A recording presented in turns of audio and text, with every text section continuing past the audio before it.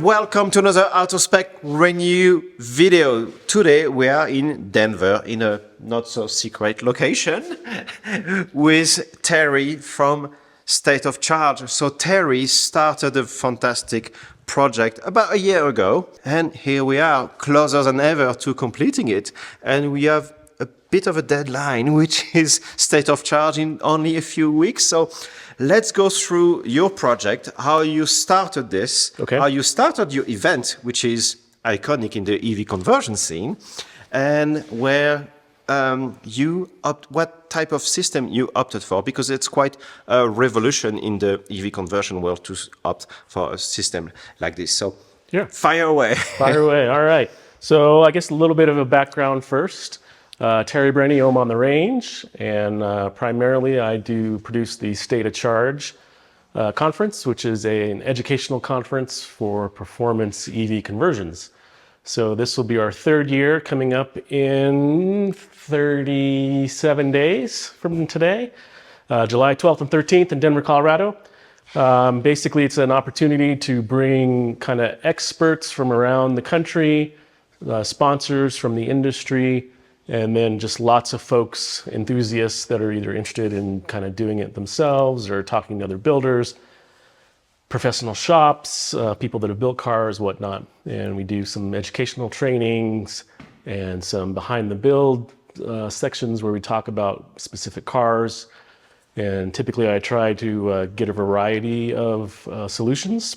So whether that means Hyper 9, maybe on one end, or a Leaf, junkyard Leaf swap versus, a high-end car like the high voltage Mustang that Inspire did with the Revolt system. So you cover a bit of everything. And just introduce yourself as far as your background and why you came to start a EV conference. Sure. So just like a lot of people that are doing these conversions, it seems I'm kind of a gearhead at heart, old school hot rod guy. My daily driver is a 52 Ford F3 truck that I built, kind of a rat rod truck. Not electric. Not electric, and that one will not be electric. It's got a kind of a rumbly V8 in there. I worked for a few years as a professional test driver for Audi, and actually it was during that time when I got behind the wheel of the RS e-tron GT, which is their flagship Halo electric vehicle. And, that was the first time I'd never been in a Tesla, but driving the RS e-tron GT was really kind of eye-opening to me about what electric power was, and of course on-demand torque and all that fun stuff.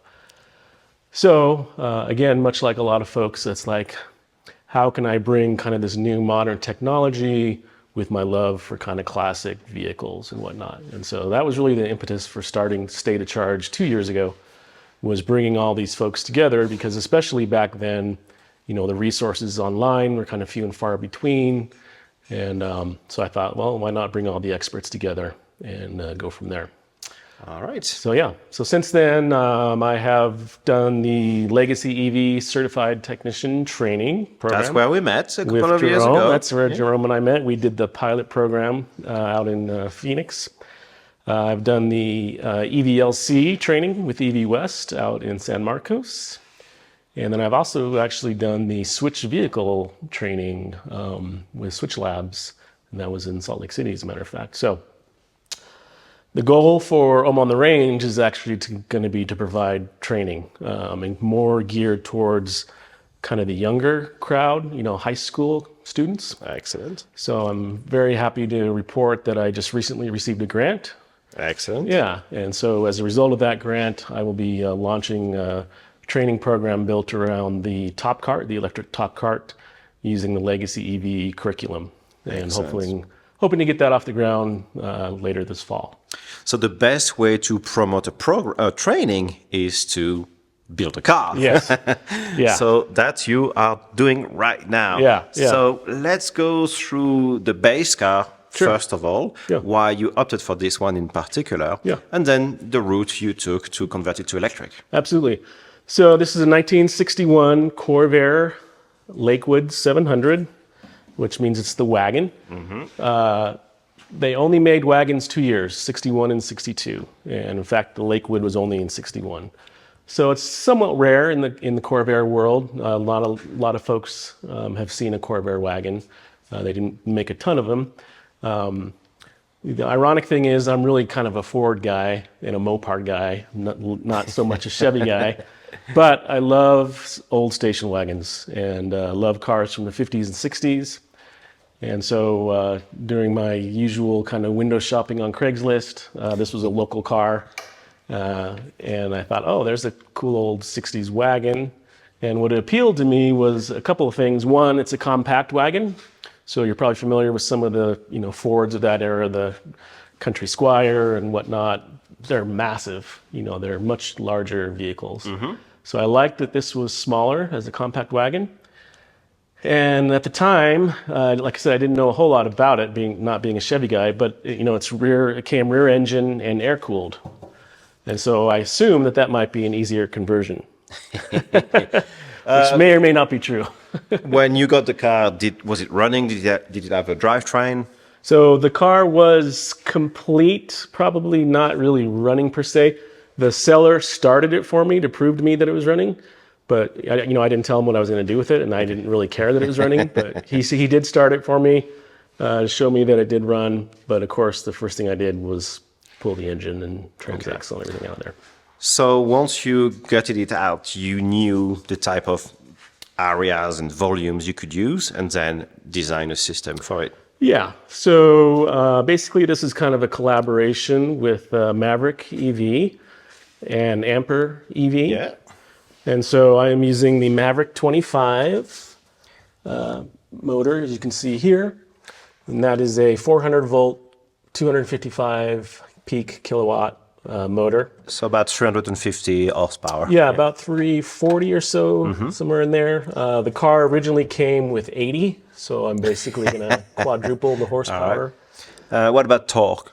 Torque is, I believe, 520 Newton meters. All right.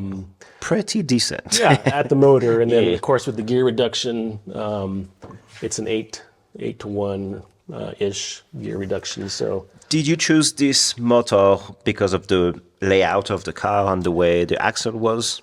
Yeah, and so that was the idea. Is I wanted to try to do the transverse motor, and I connected with Mavrick EV online, and they were looking. They were a new company, and they were looking to kind of break into the market, and so. There's actually only 2 of these motors in the United States. So I have one, and then actually Ampere EV has another one in their test mule. But there's a lot of excitement about it, as you can imagine, because it's a high power motor. I want to say retailing 8,000, just under 8,000, okay, with the inverter and a few other items they throw in. So so that's I got the motor first. So actually, I had the motor first, and then when I was trying to figure out kind of the rest of the system, obviously with all the training that I had been through, I realized that I could piecemeal something together and kind of do a little bit from here and there, and which is what people typically do for the first build. Yeah, and it's not a bad way to do it. But having been at Siemens the last 2 years, I was super impressed with the Atom drive system that Ampere EV was doing. And so it just so happened, because they had the second motor in the United States, that they were the only company that supports this motor with their VCU. Nice. And so that kind of made that decision a no-brainer.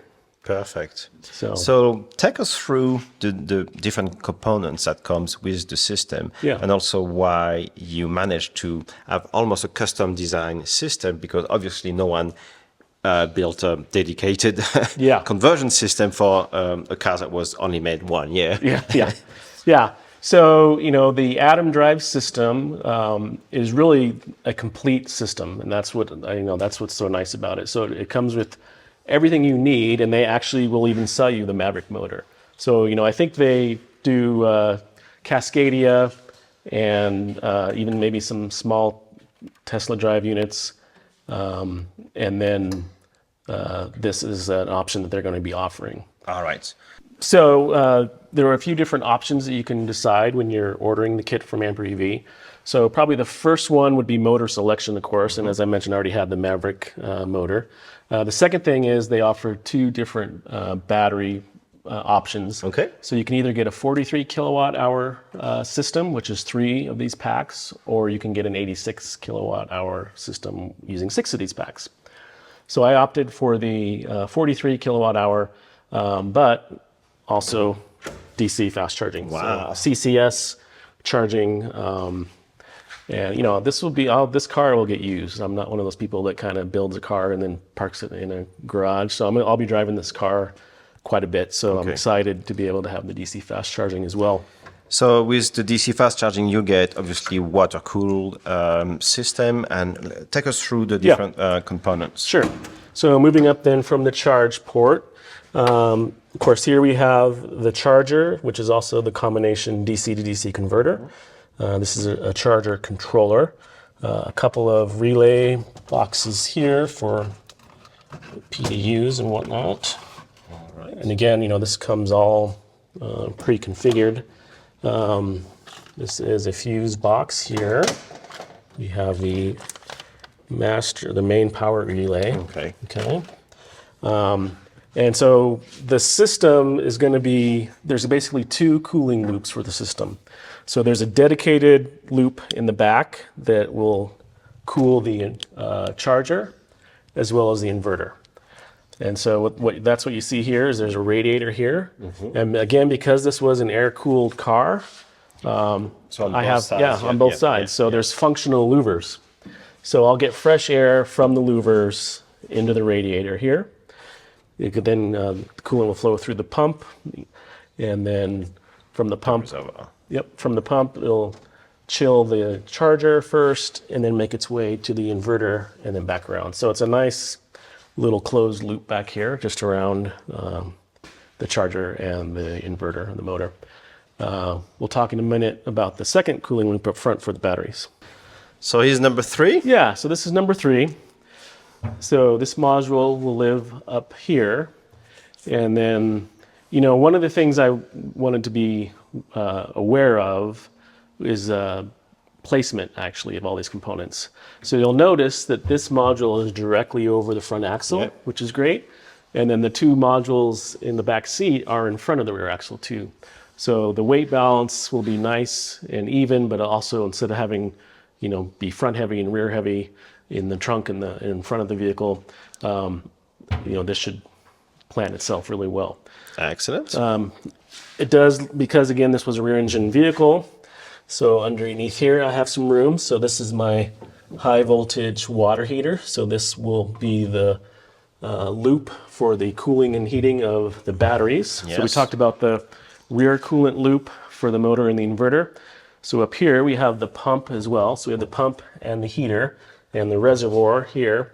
And all this is going to do is circulate between the 3 battery modules. Okay. So one for the motor, one for the batteries, basically. High voltage air conditioner unit right here. And then because I do have this space, the other nice thing was I wanted to leave the opportunity. Wow, that's have a such spare a tire. luxury to have a spare wheel on a converter to electric. So Classic. I'll be able to keep the spare in here as well. Yeah. And then we'll have high voltage cables drop down with 90-degree connectors down here, as well as the cooling loop. And then they'll run back through the cabin to connect to the other 2 modules in the car. Where is the brake servo? So here's the wimpy little single pot master cylinder that came with the Corvair. But from everything I've read online, the brake system was never a problem on these vehicles. So Okay. it had its own problems if you ask Ralph Nader. But that's another story. What else? All right, so inside the vehicle, so this is where that touchscreen is going to live. So that'll be right here. And then this is my friend Pat here, his contribution to this build, I'm super proud of.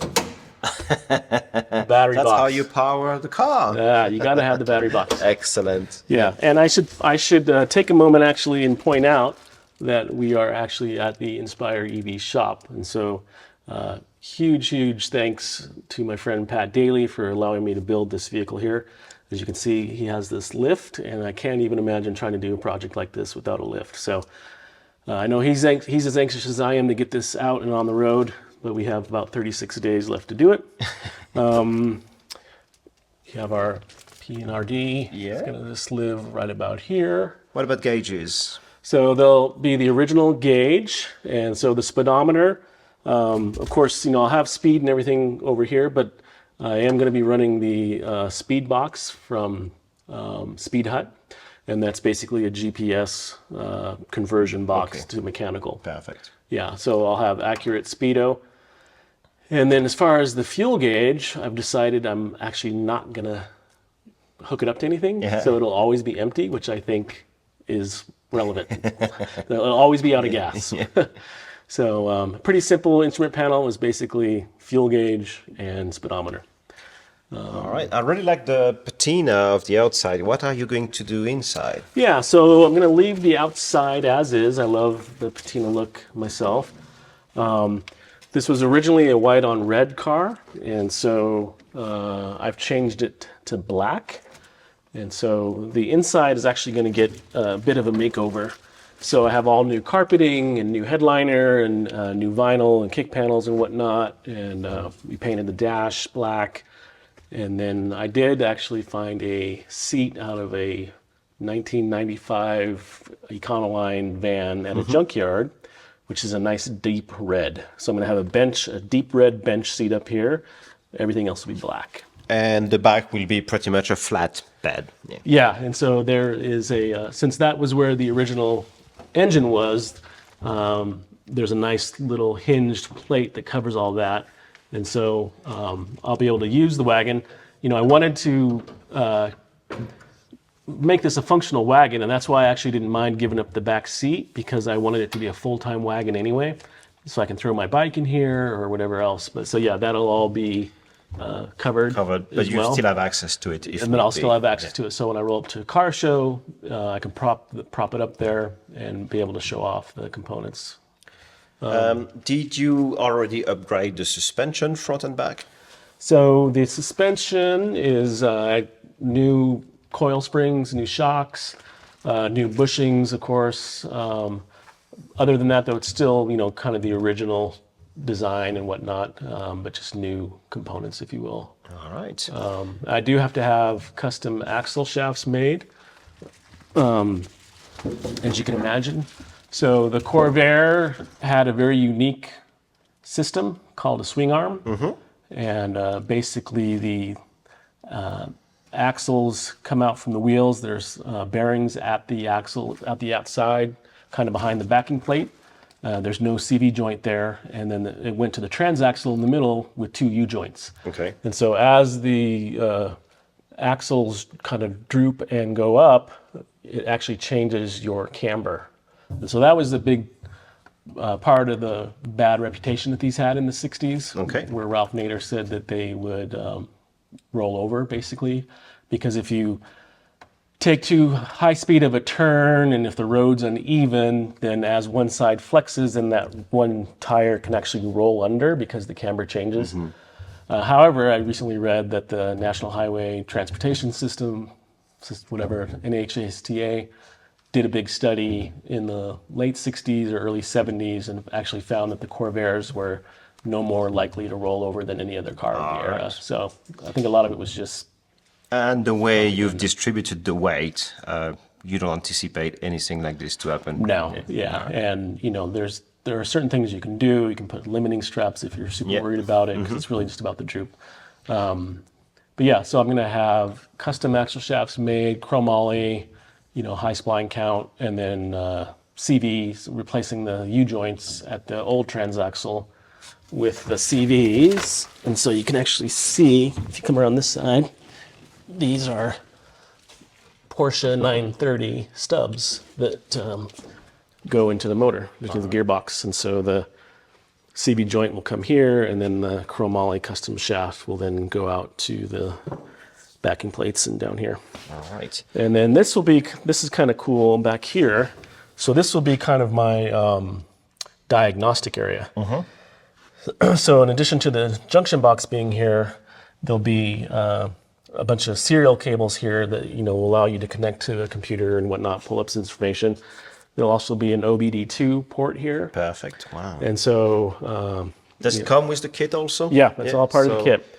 It really brings the classic car into the future, Yeah. making it like a brand new car. For sure. And the nice thing is that it will do Wi-Fi diagnostics and over-the-air updates and all that kind of cool stuff too. So definitely, like I said, a super well-engineered, complete kit.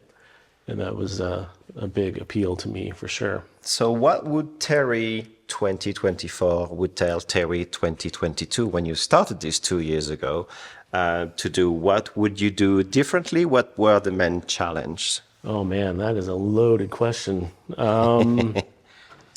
Well, I mean, the biggest thing for me, which took me a while to wrap my head around, again, being a Ford guy, was that whole swing arm suspension. Trying to figure out how to mount this motor and where to mount this motor. Because the interesting thing about it, because of the nature of that design, the motor placement is super crucial because that actually determines your toe. So as you move the motor forward and backwards, the insides of those axle shafts will move accordingly as well, and so it will change the toe of the rear wheels. So yeah, that was a bit more complicated than I had planned on for sure. I probably would just stick to a solid axle. All right, yeah. Figure something out. But if you'd like, I can raise the car as well and show you something. Absolutely. Let's do it.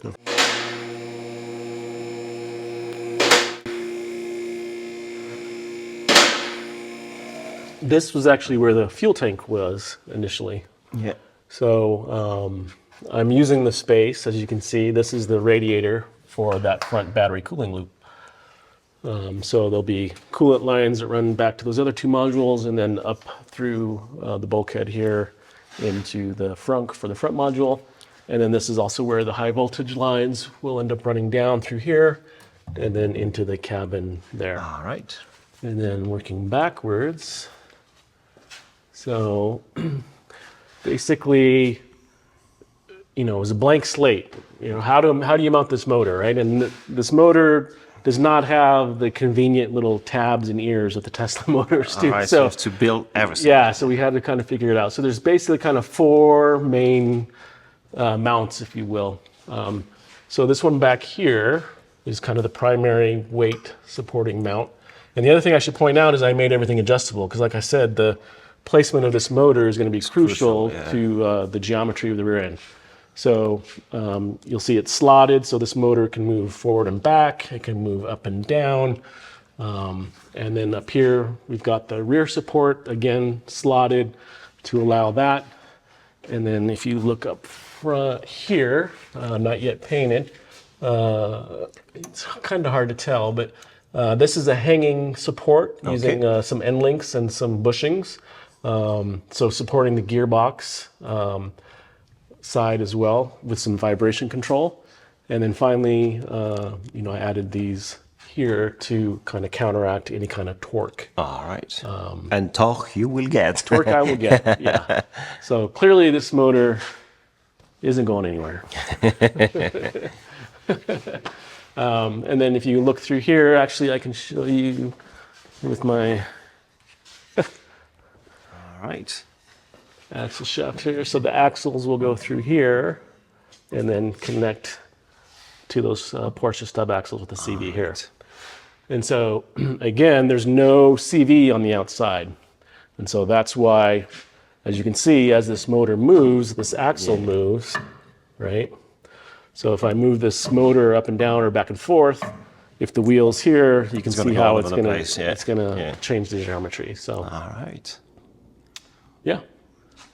Well, fantastic work. Thank obviously, it takes a while to design a one-off system. Yeah. But using a off-the-shelf system with custom wiring certainly helps. Yeah. So where will viewers be able to see this in the metal? So the idea is to have this make its debut at State of Charge. So we moved it into this shop in July of last year, and it should be rolling out of this shop in early July of this year, late June. Ideally under its own power. Ideally under its own power. So about a year, basically about a year build time. Although the first good 6 months was frankly just kind of getting rid of the old stuff and figuring out. The Atom drive system didn't show up until really just a couple months ago. But yeah, you'll be able to see it at state of charge, and then potentially it will be at SEMA. So it may end up either in the Ampere EV booth or in the Mavrick booth. All right, fantastic, Terry. Thank you so much for this unique preview. Guys, if you like what you saw today and you want us to visit more specialists converting their classic car, tell us in the comments below. Give us a thumbs up, and guys, we'll see you in the next one.